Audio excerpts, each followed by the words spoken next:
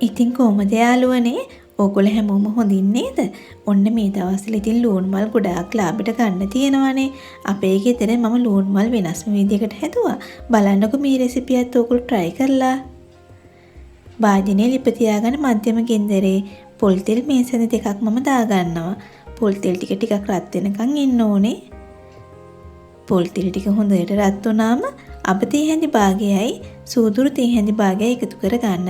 මම මේ තෙම්පරාදුව හදාන්න ගොඩාක් කුළුබඩු එකතු කරගන්නේ නැහැ. මේ තෙම්පරාදුවට මම අලත් එකතු කරගන්නවා. අල ගෙඩි දෙකක් මෙන්න මේ වගේ පොඩි තීරු වලට කපාගෙන තමයි එකතු කරගන්න ඕනේ. තෙලත් එක්ක කවලම් කරන්න. ලුණු කුඩු තේ හැන්දක් ඉහ ගන්න.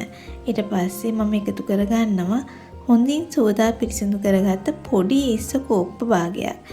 අම්මිරිසුත් මම එකතු කරගන්නවා. අමු මිරිස් වැඩි වෙන තරමට හරිම රසයි.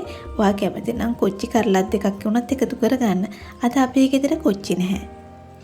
මෙන්න මේ වගේ කවලම් කර කර අල කෑලි ටික තෙලෙන් තැම්බෙනකන් අපි උයා ගන්න ඕනේ.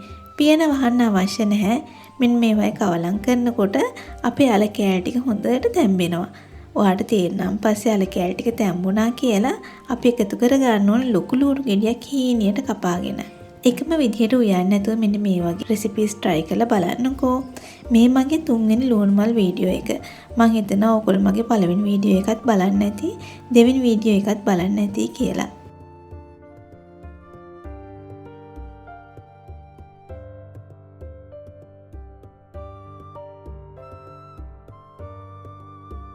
මෙන්න මේ වගේ පොඩියට කපාගත්ත ලූණු මල් ටික මම එකතු කරලා හොඳට කවලම් කරලා පොඩ්ඩක් මෙන්න මේ වගේ තලා ගන්න. මම මේ කියන විදිහටම කරන්න ලූණු මල් වල කලර් එක වෙනස් කරගන්න නැතුවම අපිට මේ ටෙම්පරාදුව මම මේ කියන විදිහටම හදන්න පුළුවන්. තක්කාලි ගෙඩි දෙකක් හොඳට ඉදුණු තක්කාලි ගෙඩි දෙකක් ගන්න. මේ වගේ එකතු කරලා කලවක් කරන්නේ නැතුව පියනෙන් වහන්න. විනාඩි 10කට පස්සේ මම පියන අරිනවා. බලන්න ලූණු මල් වල කලර් එක වෙනස් වෙලා නැහැ නේද? මෙන්න මේ විදිහටම කරන්නකෝ. ඊට පස්සේ මම හොඳට කවලම් කර ගන්නවා. මං කිව්වනේ මං ගොඩාක් දේවල් එකතු කරගන්නේ නැහැ කියලා. මම මේකේ සැරගත්තේ අමු මිරිස් සහ ගම් මිරිස් වලින්. ඔන්න මං ගම් මිරිසුත් එකතු කරගත්තා.